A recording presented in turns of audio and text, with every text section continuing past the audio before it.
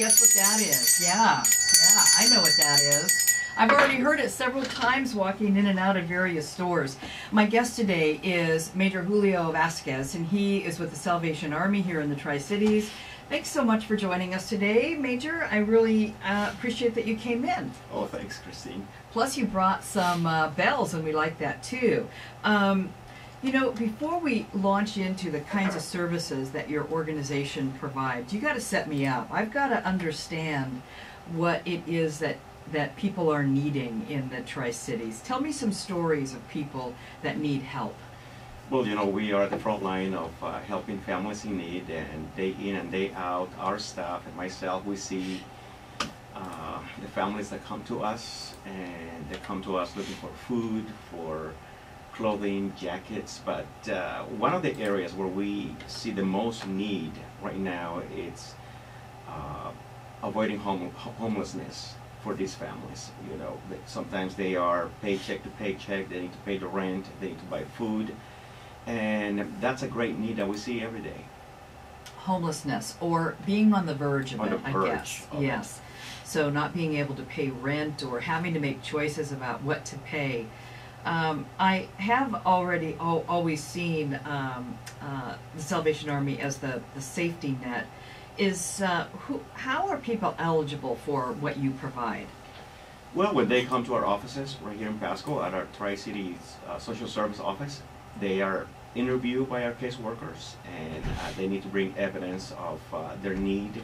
If they have lost their job, they're going through an illness, or they're having a difficulty in their families, we can tell that they are the kind of families that need our attention a little bit more, and we make sure that they are truly needed. Mm-hmm. So you're checking them out. That's right. That's right. Making sure that they actually are going to use what you provide to them. Where do you get your funding?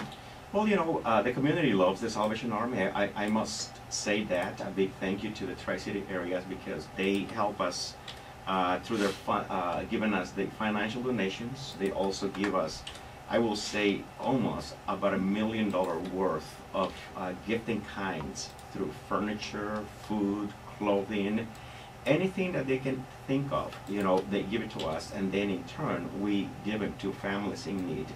So most of our donations come through the community by them giving us their donation, dollars, cents, and also their gifting kinds. Mm-hmm. Do you get any government funding? We do, but it's a small part of our budget overall. So I know we played the bells and the red kettles. How important are the red kettle drives that you do that are like now until Christmas? Oh boy, that's our lifeline. Is it? It is. You know, this is the time when we go out to different stores, and people are able to see the Salvation Army, the red kettles, they hear the bell, and they remember that we are here in the city helping families in need, and they give us their donations, and we subsist on that. We help families during Christmas, and these also help us to help families throughout the year. So is that your biggest fundraising effort, is the red kettles? That's right. That's Wow. our biggest effort. Mm-hmm. And one trend that we have seen, you know, in our giving is that a lot of people carry less cash every single year. Yeah. Yeah, so that is affecting us.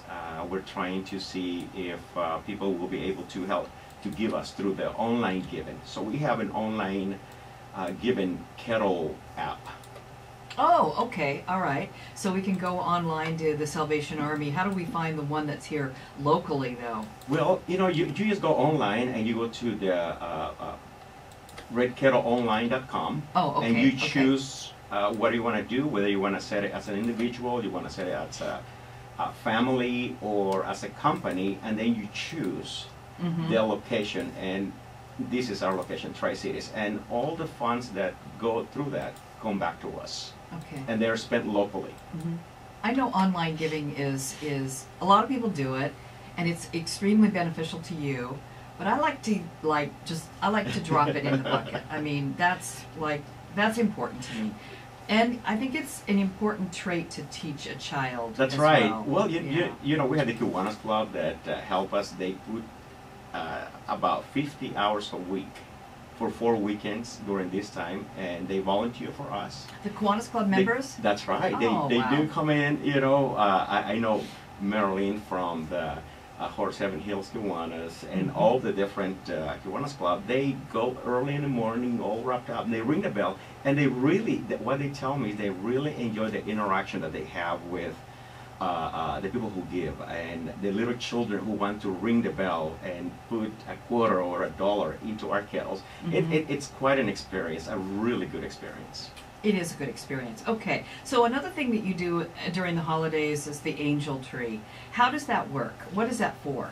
Well, the angel tree, we are located at the Columbia Center Mall. That's our main spot. And these are children that have been, their families have been registered through us. And we make sure that they, as I said before, that these are needed families. They prove that they're going through a challenge in their life at this point. And we put out their names, and we have families and companies coming and picking up an angel tab. It's an angel tag, actually. And we suggest a toy to purchase and bring it back to us. And then that toy will be given back to little John, or, you know, a little girl who will be there. So it represents a boy and a girl that has, will be having a brighter Christmas with that gift. So I know that the tags have names on them. Is that actually the child's name that the toy is going to? Yes, that's the actual, the actual name. You know, we have the name, the gender, the age, and we make sure that that toy that has been given to, as I said before, to little John, will be going to little John. Okay. Yes. Which Which is really special, you Yes, know, it because is. I know some families have a tradition, you know. I know in this section before we were talking about somebody had passed away because of suicide. Well, I believe that last year we had a family that said, you know, I'm looking for all the Davids, and I want this age. And sure enough, she was going through all the tags, and she found the Davids, and she found the age. And then we asked her, why, you know, why all the Davids? And she goes, well, this is in memory of my little David that passed away. So it's a family tradition. It's a feel-good moment that they have as well. That's another great activity for a child too, is to have them pick out the tag. Yes. And then go to the store and buy the gift, not for themselves, but for someone else. Yeah. Yes. And then they bring the gifts back. Where do they drop them off? And they're not wrapped, right? You want them unwrapped. Unwrapped, that's Yeah. right. And if they pick them up at the mall, you know, we ask them to bring them to the mall. Okay. But however, if they are not able to, or they're running out of time, they can bring them to our offices in Richland or to our offices in Pasco. So any of those places, but we will prefer to give them back to the point of origin. Yeah. All right, hey, we're going to take a break here, but when we come back, I want to talk to Julio about just the Salvation Army leadership. It's fascinating how he and his wife, Karen, are assigned to various chapters really around the country. So stay with us here on Meet in the Middle. We're talking about the Salvation Army today, and my guest is Major Julio Vasquez, and you came here from, did you tell me Los Angeles, LA? Los Angeles, that's right. So where else have you been? Well, I've been in Colorado, you know, and New Mexico, which I love, and also in Southern California, where I'm from, and now in Washington, you know, and we love this area. We can see all the fall, winter. Yes. So we love it. So you and your wife Karen are majors in the Salvation Army, and what does that mean when you sign on to the Salvation Army? Well, it means that we have been, we believe that we have been called by God to help people in need through the Salvation Army. So we sacrifice, you know, we leave family, we leave all of our roots behind, and basically the Army can ship us anywhere. So that's how we ended up in Colorado, when in Southern California, when they asked me, you know, do you like the sun? Do you like the ocean? And I said, of course I do. But they were going to give me my first appointment, and I said, yes, I'm going to stay in Southern California. And then they go, well, you're gonna miss all of that because you're going to Colorado, to the Rocky Mountains. It's like, no. So you experienced some snow. Oh gosh, yes, I was just really, really surprised to see those mountains and mountains of snow, you know. So, you know, we go where the Army needs us. But I'm thinking also that you have the kind of personality and all that you make new friends wherever you go. Yes, and I'm shy. You know. Are? Yes, I am. No way. Yes, I am. I am. You know, but throughout the years, I've been, you know, exercising this and working with the community, working with families in need. We see the need every day, and that give us that impetus to go and reach out and see how we can secure more funding for these families, for these children. So. Makes me go out there. Yeah, the need never goes away, does it? No, it doesn't. Yes, and there's lots to share. So it's just a matter of getting it to the people. That's right. Yes. So there are a lot of businesses, churches, groups that like to adopt a family or really want to give during the Christmas time. And giving is just as important as receiving, I think. People really need that in their lives, to be giving. Even people who are on the receiving end like to be in a position of giving as well. So can you be kind of like a clearinghouse for that? What if a business comes to you and they want to adopt a family? Can you help them? Of course. Yes, we can. We have a list of families. You know, we have 600 plus families that we need to serve this Christmas. And among those families, as we go through the casework, we see their need. Like we have this senior citizen who is going through cancer remission. For some different reasons, his grandkids are with him right now. So he's like struggling, paying the bills and keeping the grandkids and his illness.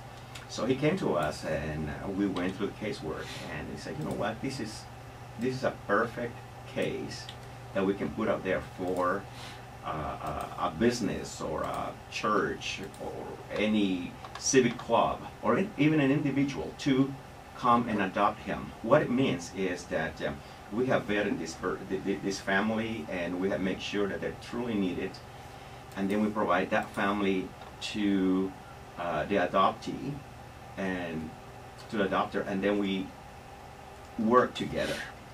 So at the end, this gentleman will receive a nice Christmas food basket, toys for the grandkids, and they will be having a happier Christmas because of that, because the community comes together and we have those cases.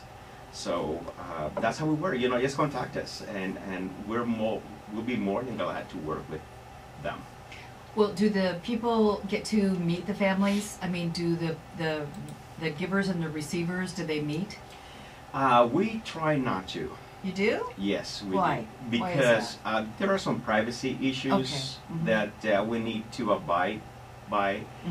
So there are times when people really want to meet this family, but our policies do not allow that. There have been cases where things didn't go the way that we will have liked.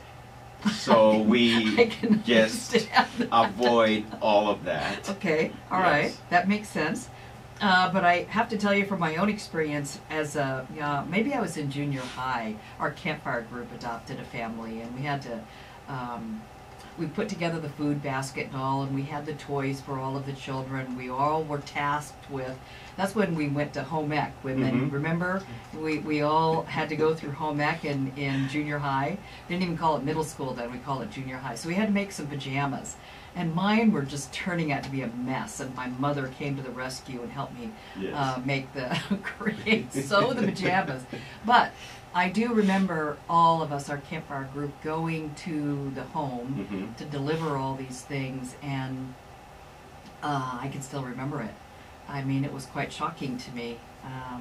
We were all middle-class families growing up in the 50s and 60s, and These people had, Yeah. I mean, nothing. Yes. I mean, barren rooms. They had nothing, and I just have never, ever, ever forgotten that. Yes. So, Given.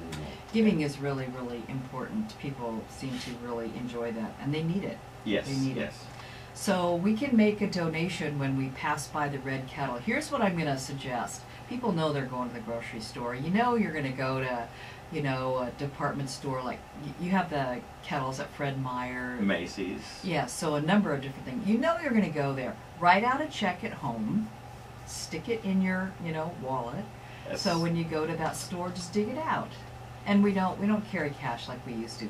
Maybe what you need to do is get one of those, you know, you can make a donation with your debit card. That's You got to get practical here. Really, Leo. that's right. I know. We're trying. Yes, yes, you are. Yeah. So, what other kinds of volunteer opportunities that are there with? Well, maybe not to be ringing the bell Yes. per se, but just year round. Do you have? Do you use volunteers? You know, we have our food bank right here in Pasco. We have our clothing bank, and if it wasn't for our volunteers, we will not be able to continue doing what we've been called to do. Mm-hmm. We have a staff of 3 persons working, you know, and we love them to death because they love the Salvation Army. They love what they do. But we depend on volunteers. So we have a list of volunteers that come and help us. And we're always in need of volunteers. So they can call our office and we can have them come and help us around. Not during Christmas only, but also throughout the year. Yes, throughout the year.